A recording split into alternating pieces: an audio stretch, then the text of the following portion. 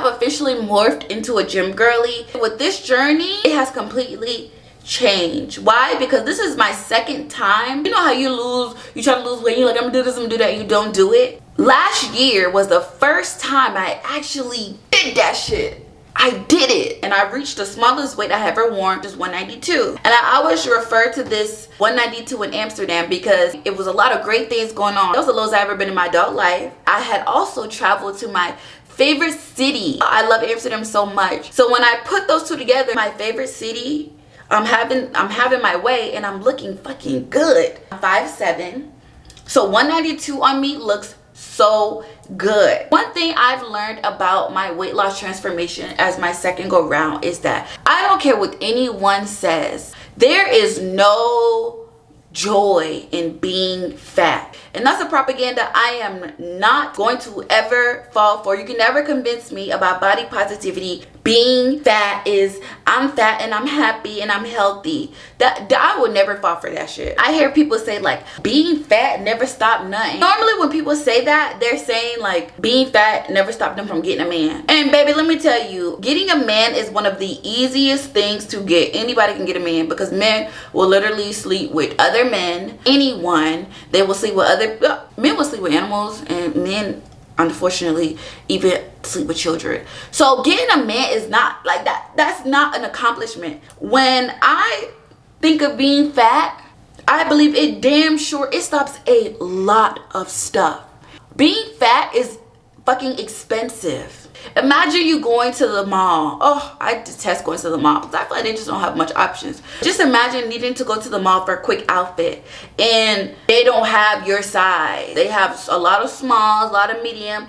Hell, as someone who wears a large right now, sometimes you'll be glad if you can find a large. You might find one or two large. You better hope the medium can fit you in a way that you want it to. But being big is expensive. When I looked at all the DoorDash stuff I was ordering, Grubhub, that shit was fucking ridiculous. I don't care what nobody say. Being big stops something. I love traveling. I'm the most adventurous person you will meet. I will bungee jump. I will skydive. I will do just about anything. Baby, I want to go ziplining. That has been something I always wanted to do. But even outside of those adventurous things, I like to go jet skiing. I like to do so much stuff. But I know that if I were fat, I would not be able to do that stuff. I like to travel. But let me tell you, sometimes I gotta book a quick flight. And I don't care what class of cabin I'm sitting in, but I'll be damned if I have to get a ticket and sit in first class every fucking time. Not because I just like sitting in first class, you know, but because I can't fit in main cabin. Or people huffing and gruffing because I'm in the middle seat and I'm big. I've literally sat in the middle seat between two very large people that they were so big, the handles on the side, I couldn't even utilize them because there was no room. They were spilling over. I don't care what nobody say. Being big stops a lot of stuff. You do not fully live your fullest potential when you are fat. You don't. And we have to be honest, you don't. You miss out on a lot of stuff. There's things you cannot participate in because you are big. And let's keep that shit 100. Name something that being big has never stopped you. Name something. I realize in the society we live in, it's very unfortunate, but we live in a very vain society where you are constantly judged by how you look.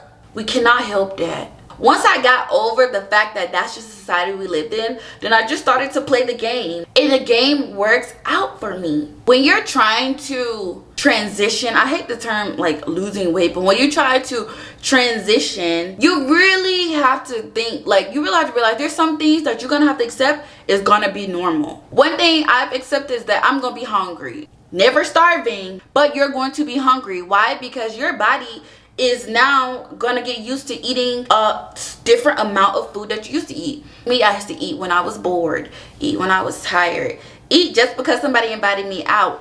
No more. No more. I also realized that you are going to have to be doing things. It's not gonna feel good. It's not gonna taste good. That's it. Look at me. This is me.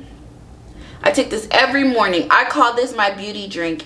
And I got this idea from one of my favorite influencers, Jazz Turner. And the reason why I like to coin this a beauty drink is because it's different from saying I'm drinking warm water and apple cider vinegar. Oh, I gotta drink it. When I say this is my beauty drink, I know I love looking good. I love when people say, oh, you're so beautiful. I love that because I know I look good. So when I drink this, my intention with this is that every sip, it shrinks my midsection. Every sip, it balances my pH. Every sip, it does exactly what it's supposed to do, and it makes me even more beautiful. If I'm not drinking this, then I'm drinking a bottle of chlorophyll water. I swear by chlorophyll water. Not only is it good for body odor, when you take it consistently, you see a lot of changes. You go into the bathroom, and not to be TMI, I do number 2. Somebody can walk in behind me and it's like I did nothing. I could wake up in the morning, haven't even brushed my teeth, and I could be talking to your face just like this. I'm not joking. Literally, there's gonna be things where it doesn't taste good. When I go out to eat now, I'm learning sometimes the appetizer is all you need. Pick your poison. You wanna have a martini, you wanna have a French 75, you can have an entree, baby. It's going to be that. So I've been learning so much on this weight transformation. I'm learning a lot about myself, but one of the biggest takeaways is that you got to learn it's mind over matter. Every day I wake up, I don't want to go to the gym. Every day I wake up, I don't want to get 10,000 steps. I try to actually talk myself out of getting that every day. But then I realize I feel horrible. I can't even, let's say if I want to just relax in bed all day, I don't feel like getting 10,000 steps. Well, I can't even technically relax in the bed because now I'm thinking about how I'm a fucking failure because I didn't get my 10,000 steps. No. And even on your days where you say you have rest days where you don't work out, let it be an active rest day. Yeah, you might not go to the gym and sweat, but you need to still be doing something. Instead of getting 10,000 steps, get 5, get 7, get 8, but be doing something. You see what I'm saying? So now that I have been, I've morphed my whole identity into a gym girly. Everything I do when it comes to my body, I'm extremely intentional about. Baby, sometimes I be working out, I be watching my 600 pound life. Woo. I be watching 600 pound life while I'm working out. Because I don't want to ever get that big. I just don't. And by all means, this is how I personally feel. If you don't feel this way, that's completely fine. I'm not asking you to agree. I'm not asking you to do anything, actually. This video might not be for you. There are so many opportunities that you get based upon your looks. No tea, no shade. It is. When I go out, my goal is to always be the best looking person, according to my standards, the best looking person in the room. Now, that doesn't mean that I think when I walk into the room, she's ugly, she's unattractive. No, I don't think that. I think, oh wow, she looks good too. But I'm such a vain person, and I feel no ways about it that I will not ever walk into the room and no one will stand by me and make me feel, and their self-esteem is boosted standing next to me because I look like I don't love myself. I look like I don't take care of myself. One thing I've also discovered, when I notice when people are very big, they're huge, their weight transformation journey is a lot longer. It's a lot longer, so it takes them a long time to be able to truly enjoy their new body. I'm going to use myself for example. I have a mental threshold in my head. I have this number. If I even get 3 pounds from this number, I lose my appetite. I don't want to eat. I don't want to do nothing but just start working out. I see how society treats big people. So for me, I have this threshold. Once I get to this threshold, I'm back working out. I'm back working out. I do enjoy when I put on a dress, it's a single digit, not double digit. I enjoy that. But I also know that compared to people who are extremely big, that when they lose weight, that is not the end. The journey is longer because now, yes, you have lost the weight. But before, you ate so much that now your fat had nowhere to go. So with your face has literally morphed into your neck. You ever see people that are big where their face has morphed down into their neck? So it's like they have just Then when they lose the weight, they end up having a turkey neck. I got up this morning and I was like, mind you, I've been working out. I was like, oh, After the gym, I feel so liberated. I feel so good. I don't be in the mood to drink apple cider vinegar, but I know this helps. I always look at key indicators when I know it's time for me to lose weight, and that's going up the stairs. I live on the 2nd floor. I go up 1 flight of stairs. There should be no reason why I'm winded. There's no way. I've never been the one to document like my transformation journey where I'm showing you before pictures where I'm looking like this. And mind you, I'm top heavy. I have big breasts. Well, I have to work out because I know that I don't want a breast reduction because, baby, these things get the party started. That's no tea, no shade. You see where I'm going with this. I don't ever see nobody ever drink this and be like, this is magically delicious. The joy I feel after doing things that my mind said, I don't feel like doing it, is amazing. I feel so accomplished. Since I started working out like crazy, I mean, I work out in the rain.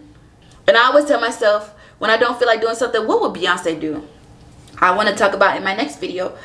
Since, you know, I've been continuously working out, I feel like my libido has increased.